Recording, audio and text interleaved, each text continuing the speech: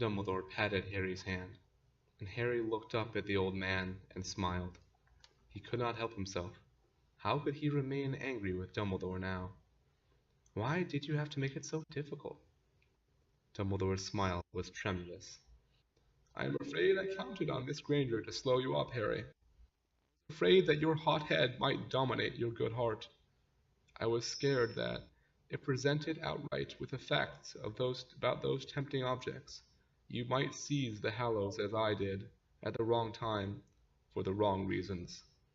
If you had laid hands on them, I wanted you to possess them safely. You are the true master of death, because the true master does not seek or run away from death. He accepts that he must die, and understands that there are far, far worse things in the living world than dying." "And Voldemort never knew about the Hallows?"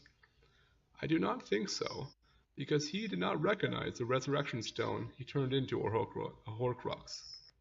Even if he had known about them, Harry, I doubt that he would have been interested in any except the first. He would not think that he needed the cloak, and as for the stone, whom would he want to bring back from the dead? He fears the dead. He does not love." "But you expected him to go after the wand?"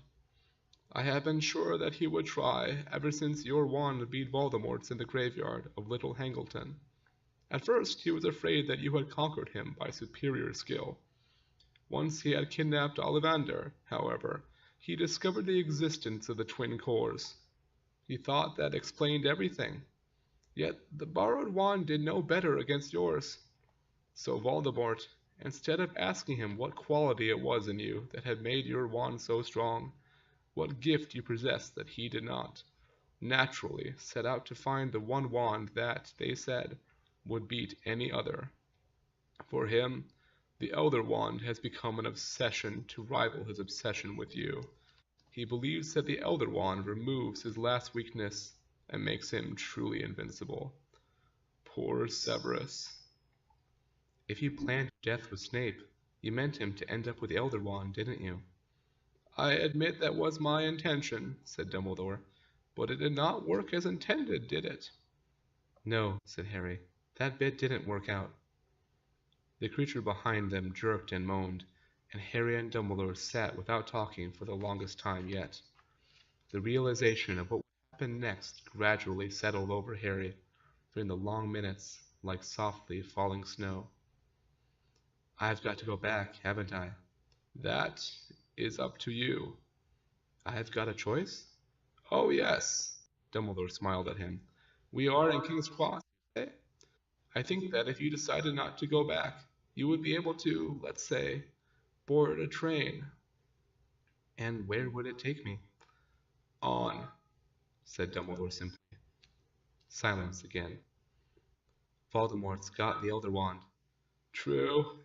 Voldemort has the Elder Wand." "But you want me to go back?" "I think," said Dumbledore, "that if you chose to return, there is a chance he may be finished for good.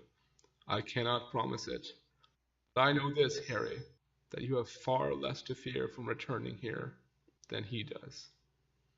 Harry glanced again at the raw-looking thing that trembled and choked in the shadow beneath the distant chair. "Do not pity the dead, Harry. Pity the living, and above all, those who live without love. By returning, you may ensure that fewer souls are maimed, fewer families are torn apart. If it seems to you a worthy goal, then we should say goodbye for the present." Harry nodded and sighed. Leaving this place would not be nearly as hard as walking into the forest had been, but it was warm and light and peaceful here, and he knew that he was heading back to pain and the fear of more loss. He stood up, and Dumbledore did the same, and they looked for a long moment into each other's faces. "Tell me one thing," said Harry. "Is this real, or has this been happening inside my head?" Dumbledore beamed at him, and his voice sounded loud and strong in Harry's ears, even though the bright mist was descending again, obscuring his figure. "Of course it is happening inside your head, Harry, but why on earth should that mean that it is not real?"